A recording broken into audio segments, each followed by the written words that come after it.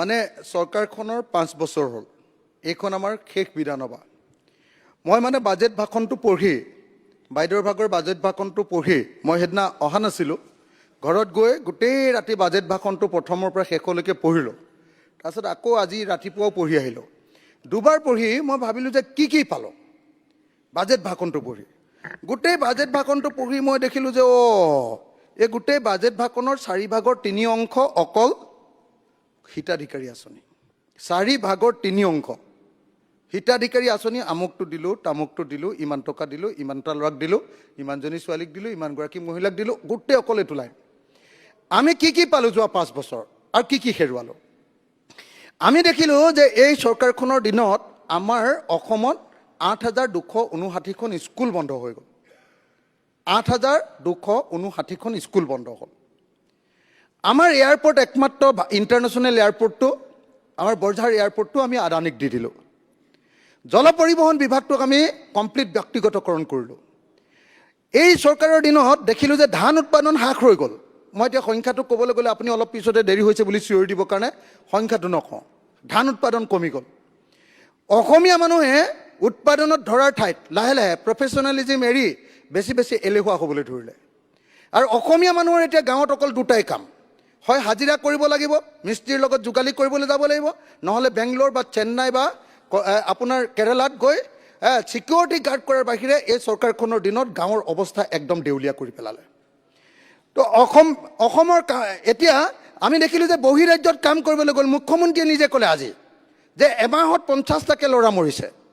আৰু 6 মাহত 162টা ল'ৰা মৰিছে অসমৰ মুখ্যমন্ত্ৰী হিচাপে আজিও কৈছে তেওঁ গতিকে এইটোৰ পৰা প্ৰমাণিত হয় যে এই চৰকাৰখনে নিজৰ ৰাজ্যৰ ভিতৰত মানুহ এজনক ইনকাম দিবৰ কাৰণে কাম দিবৰ কাৰণে সমৰ্থ হোৱা নাই আৰু সেইকাৰণে অসমৰ ল'ৰা গৈ বেংগলোৰত গৈ মৰিবলগীয়া হৈছে একেলগতে 4জন মিচিং ল'ৰা মৰি আছিলে আজি অসমৰ মাটি আদানী আম্বানী ৰামদেৱৰ হাতলৈ গ'ল তেখেতে জানে তেখেতে খুব কৈ আছিল অলপ আগত আমাৰ অকল কাৰ্বি আংলঙৰ মাটি 1,20,000 বিঘা মাটি আম্বানী আদানীৰ হাতলৈ গৈ আছে এতিয়া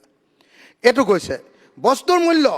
এই চৰকাৰখন অহাৰ আগতে 1 কেজি নিমখৰ দাম আছিলে 3 টকা এতিয়া 10 টকাৰ পৰা 35 টকাৰ ভিতৰত এই চৰকাৰখন অহাৰ আগতে এটা মুৰ্গীৰ ডিমৰ দাম আছিলে 3 টকা এতিয়া 10ৰ পৰা 15 টকাৰ ভিতৰত আমি টুল গেট পালোঁ 27খন নদী বান্ধ পালোঁ আৰু ধাৰ পালোঁ কিমান তৰুণ গগৈ চৰকাৰৰ দিনলৈকে ধাৰ আছিলে 42,000 কোটি টকা এতিয়া যোৱা 31 মাৰ্চ 2025 তাৰিখলৈকে ধাৰ হ'লগৈ 1,77,983 কোটি 20 লাখ টকা 1,77,000 মানে 2 লাখ কোটি টকা এইবাৰ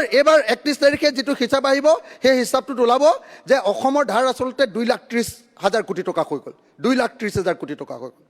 অসমত আমি আগতে জয় অসম কৰিছিলোঁ তাৰ বিপৰীতে আমি ভাৰত মাতা কি জয় পালোঁ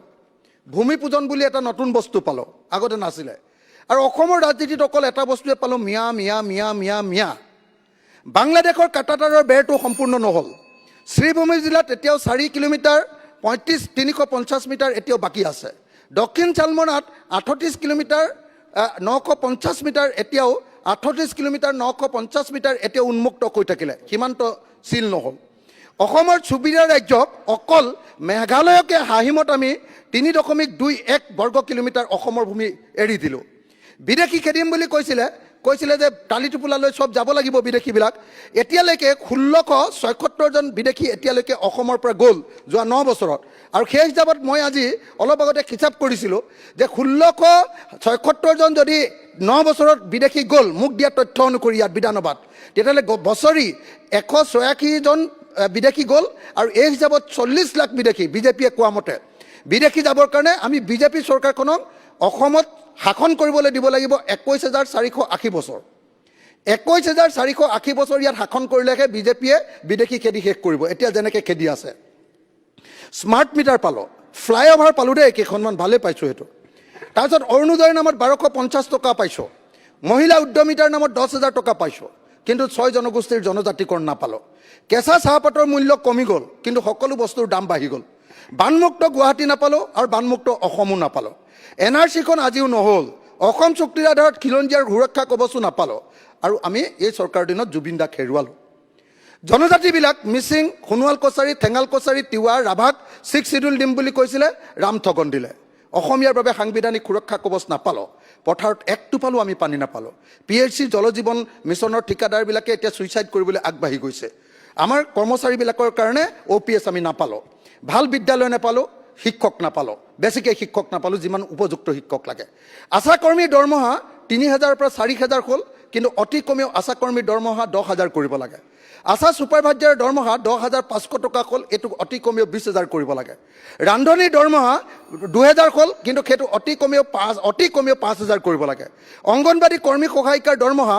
8,000 আৰু 4,000 হ'ল, সেইটো অতি কমেও 20,000 আৰু 15,000 কৰিব লাগে। জীৱিকা সখীৰ 9,000, সেইটোৰ দাম অতি কমেও 15,000 কৰিব লাগে। তাৰপাছত মই দুটা শব্দ কম আৰু গাঁও প্ৰধানবিলাকৰ 14,000 দৰমহাটো 30,000 কৰিব লাগে। VDP বিলাকে 25জন মানুহে এবছৰত 2,500 টকা পায়, এবছৰত 100 টকা পায়, সেইটো বঢ়াব লাগে, এমাহত 3,000 টকাকৈ পোৱাৰ ব্যৱস্থা কৰিব লাগে। অৰুণোদয় 3,000 টকাকৈ সকলোকে দিম বুলি কৈছিলে, সকলো মহিলাকে দিম বুলি কৈছিলে, নাই দিয়া। গতিকে সকলো মহিলাকে অৰুণোদয় দিয়াৰ ব্যৱস্থা কৰিব লাগে। মাইক্ৰ' ফাইনেন্সৰ ধাৰ মাৰি দিম বুলি কৈছিলে সকলো মহিলাকে, এতিয়ালৈকে মই লেখ কৰি দিছোঁ, এতিয়ালৈকে মানে 12,500 কোটি টকাৰ ভিতৰত অকল 2,300 কোটি টকা ধাৰ মাৰিলে, 9,700 কোটি টকা ধাৰ মাৰিবলৈ বাকী থাকিল। বৃদ্ধ পেঞ্চন 1,250 টকা, 1,250 টকাৰ 3,000 টকা কৰিবলৈ মই দাবী জনাইছোঁ, এতিয়া 400 টকা কৰিছে। ৰেকৰ্ডত নাথাকে।